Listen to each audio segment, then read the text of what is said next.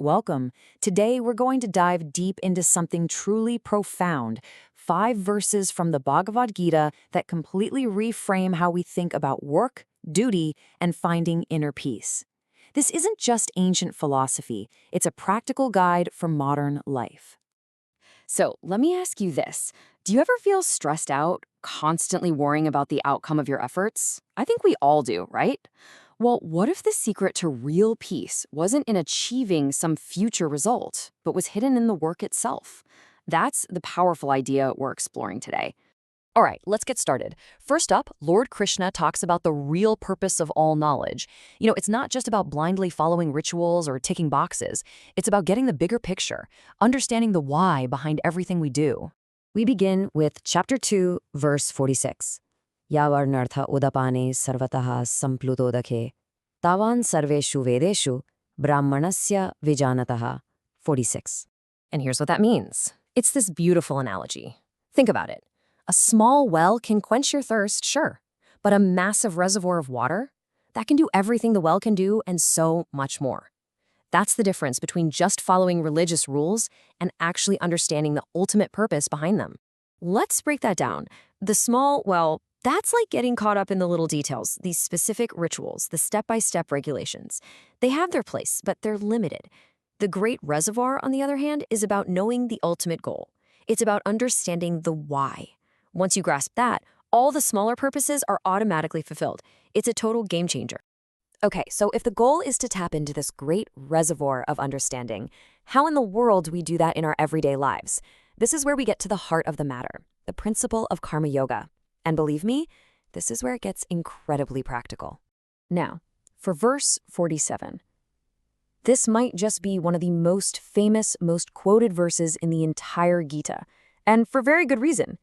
Karmanye adhikaraste ma phaleshu kadachana ma karma phala heturbur ma te sangostva karmani.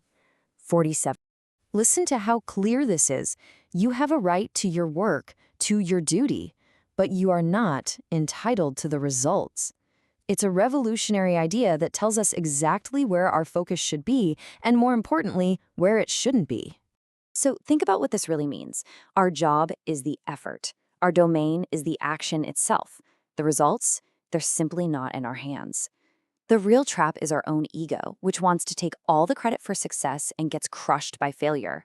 But here's the other side of the coin. You can't just use this as an excuse to do nothing. Being attached to inaction, to laziness, is just as big a problem. So what's the solution? How do we live this way? Verse 48 gives us the exact mindset we need to cultivate. Yogastha kuru kurmani, sangam tyaktva thananjaya, siddhya siddhyoho samobhutva, samatvam yoga uchyate. 48.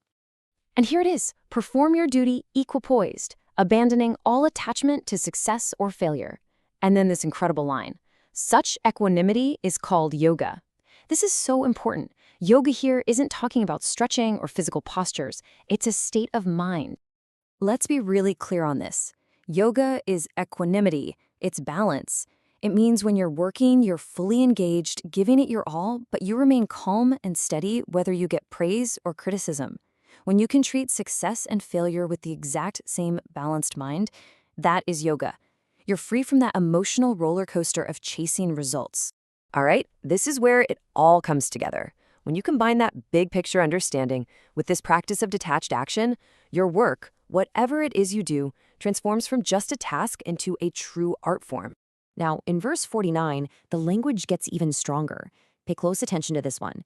Durena hyavaram karma buddhi yoga dhananjaya buddhau sharana manvicha kripanaha phalahetavaha. 49. Wow. Krishna says to keep abominable activities far away. And then he defines what he means. He says those who want to enjoy the fruits of their work are misers. Misers. He is not mincing words here at all. He's drawing a very clear line in the sand. So why such a strong word, miser? Well, think about it. A miser greedily hoards their wealth, not understanding its true purpose or how to use it properly. In the same way, a person who hoards the results of their work for their own ego is missing the point. They don't see the incredible, liberating potential of their actions. The solution? To perform our work as a service, for a purpose much higher than just ourselves. And that brings us to the grand finale of this teaching in verse 50. This is the ultimate takeaway. Buddhi yukto jahati ubhe sukrit dushkrite tasmad yogaye yujaswa yogaha karmasu kaushalam 50. Here it is, strive for yoga, which is the art of all work. Why?